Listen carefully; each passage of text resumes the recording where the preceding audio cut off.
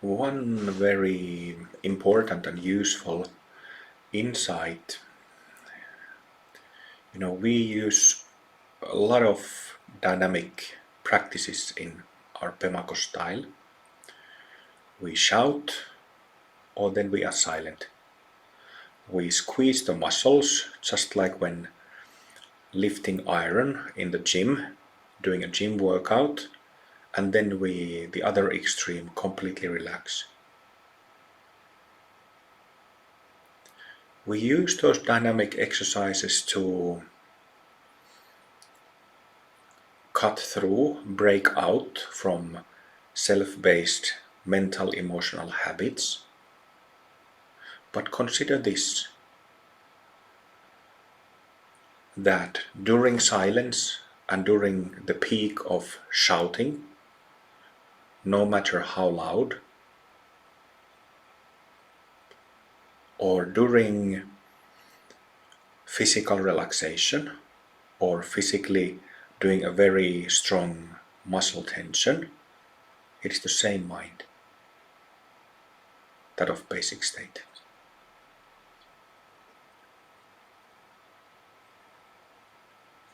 It's the same, regardless of circumstance.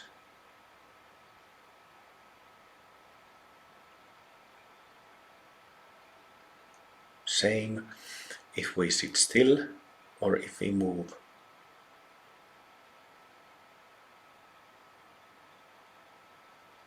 Same when being physically passive or physically active at any time, in any place.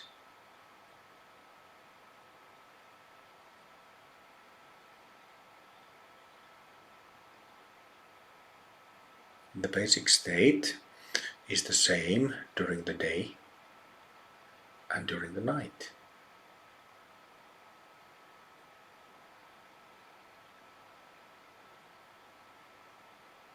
Same during daydreams as night dreams in sleep.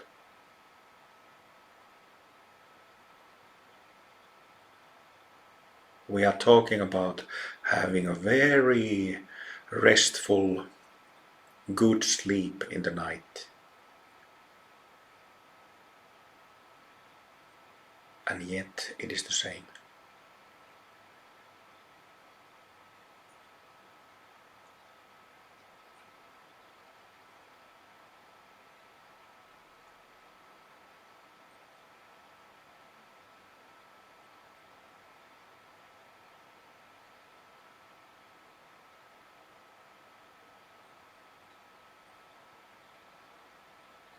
The basic state, the basic condition of all enlightened human beings in history.